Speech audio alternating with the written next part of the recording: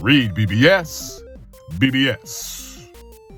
Ring 6, MSG, NYC, Teofimo Lopez versus Shakur Stevenson for the WBO and Ring Magazine Super Lightweight Championship of the world. Saturday, January the 31st on DAZN pay-per-view. Now, as a DAZN subscriber, which I am, you get that $69.99 price tag lowered to $54.99. So go ahead and jump on that, DAZN subscribers. I know I will. I will do a separate Fimo versus Shakur pre-fight video with predictions and whatnot. We're going to dedicate this video to the 4-bout undercard, which consists of 2 title bouts and 2 other bouts. Let's discuss. Carlos Adames defends his WBC middleweight title against Austin Ammo Williams. It should be a fairly fan-friendly fight. Adames isn't in too many lackluster bouts, so it should be one worth watching for sure. But he's on a higher level, ultimately, than Austin Ammo Williams, who ain't bad. I just question how good he is. Adames should win going away. Adames should win convincingly, either by fairly wide decision, decisive decision, or late stoppage. We got a vacant WBC featherweight title fight featuring Carlos Castro against Bruce SHU Carrington. I don't see Castro doing anything to derail SHU's path here. It's SHU's time to claim a title at featherweight, 126 pounds, and set himself up as a logical opponent for the inevitable rise when my dude, my bruh, my Tomodachi, now Oya Inoue, when he rises on up, he moves on up, George and Wheezy to 126 pounds.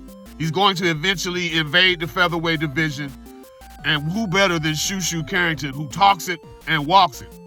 Let SHU get this belt, and then let's hopefully see Inoue versus SHU Carrington sometime late 2026 or early 2027. I think SHU stops Carlos Castro in about 7-8 rounds. He wins for sure, probably by stoppage. Opening the pay-per-view will be a heavyweight battle between Gerald Big Baby Miller, and Kingsley eBay. Now Miller, I affectionately call him Chunky Gerald Miller. Chunky Gerald Miller. I will say, the boxing world ain't big enough for 2 big babies anymore. So after this fight with eBay, I need to see Chunky Gerald, aka Gerald Big Baby Miller, against Jared Big Baby Anderson. We can only have one big baby. Henceforth, forthwith, and indubitably. The undercard bout that intrigues me the most, me personally, is KEYSHAWN Davis, the business man, KEYSHAWN Davis versus JAMAINE ORTIZ. I don't trust the work that KEYSHAWN Davis is putting in. I don't trust the work that KEYSHAWN Davis is putting in. It's not one thing in particular with KEYSHAWN Davis.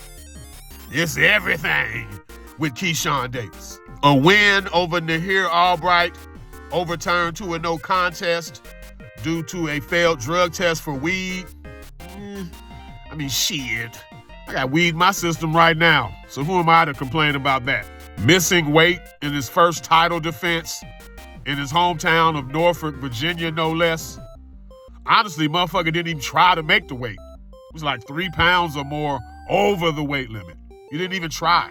What he did try was to okey-doke his opponent, Edwin De Los Santos, who ended up okey-doking KEYSHAWN because he didn't fight.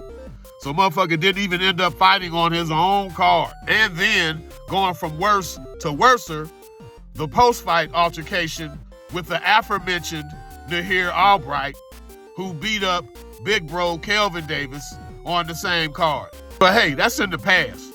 We ain't worried about old shit. More recently, news of things not working out with KEYSHAWN and Team Crawford, Bo Mack, all the homies in Nebraska. hearsay, what have you. I fought KEYSHAWN totally and exclusively here. Whatever the rumors are, I believe them.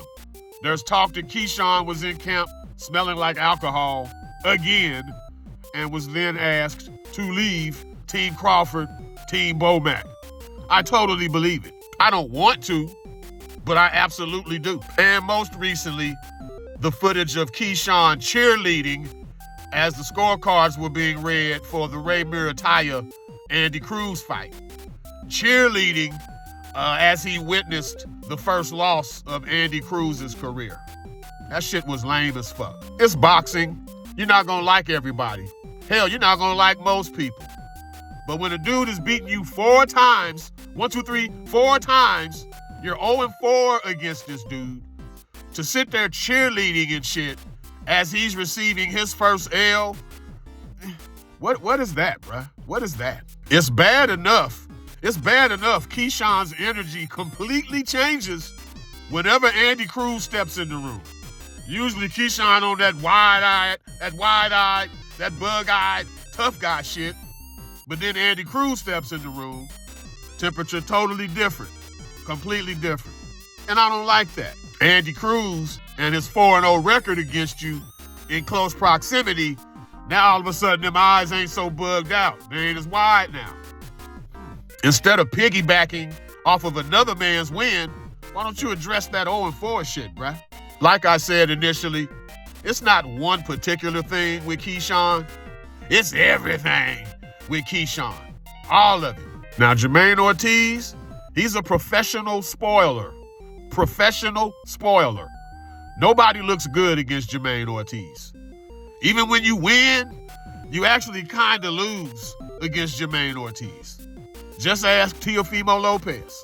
Ortiz is on a 3-fight winning streak since that close, kind of shaky loss he took to Teofimo Lopez. KEYSHAWN versus Jamaine Ortiz will be fought at 140 pounds, but already KEYSHAWN is talking about moving on up George and Wheezy to 147 pounds to welterweight for his next fight after Jamaine Ortiz. I'm trying to like KEYSHAWN Davis. I'm trying to like the businessman KEYSHAWN Davis. Young brother makes it hard sometimes. I do like him in this fight with Ortiz. It's gonna be ugly, but give me KEYSHAWN Davis by a majority decision. Like some 7-5 close ugly shit. Subscribe, comment, remember sharing is caring. Love tap and or bitch slap that like button for you, boy. And shout out to the homies at fightbeat.com. Can you step to this? REED-BBS, BBS.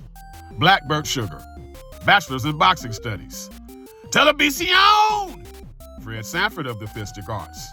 When all is said and done, there's nothing left to say or do.